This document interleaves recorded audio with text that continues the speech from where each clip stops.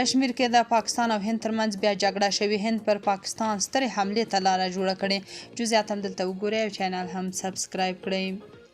کشمیر کې د هندي او پاکستاني عسکرو جګړه شوې. ریټرز د هندي چارواکو له قوله راپور ورکړی چې له تیرو 4 شپو راهیسې پرې پاکستاني ځواکونه بې دلیله ډزې کوي چې دوی پر وړاندې اقدام کړی. راپور زیاته کړې چې که څه هم د هندي او پاکستاني ځواکونو ترمنځ د کشمیر کنټرول کرښه کې د سپکو وسلو ډزې څو ځله تبادله شوې دي، خو د مرګ ژوبلې په اړه څه نه دي ویل شوي. بلخوا د هند چارواکو ویلي چې د پهلګام پیښې وروسته د مطلوبو وسلوالو د لټون هڅې پراخې کړې دي. کشمیر کې هندي پولیسو ریټرز ته ویلي چې د وسلوالو د لټون په موخه د نږدې 1000 کورونو او ځنګلونو تر تلاشي وروسته 500 کسان نیول شوي دي. بلخوا هند هڅه کوي پر پاکستان حملې لپاره نړیوال مشروعیت ترلاسه کړي.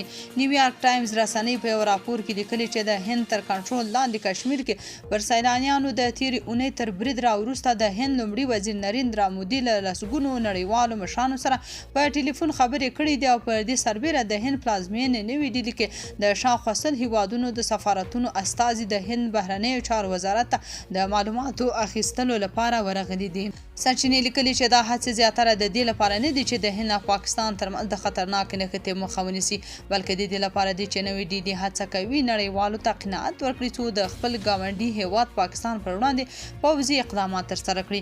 د کشمیر له برید راوروسته چې هند پکې پاکستان په لاس لرلو تورن کړی، د دواړو هیوادونو ترمنځ د اړیکو ترینګلتیا او بې ثباتي تر بل هر وخت ډیره شوې او د دواړو هیوادونو د سرحدي ځواکونو ترمنځ له تیرو 2 شپو راهیسې وخت نا وخت د سپکو وسلو ډزې هم تبادله شوې دي. تاسو په دې اړه څه نظر لرئ؟ کمنټ کې شریک او چینل هم سبسکرایب کړئ.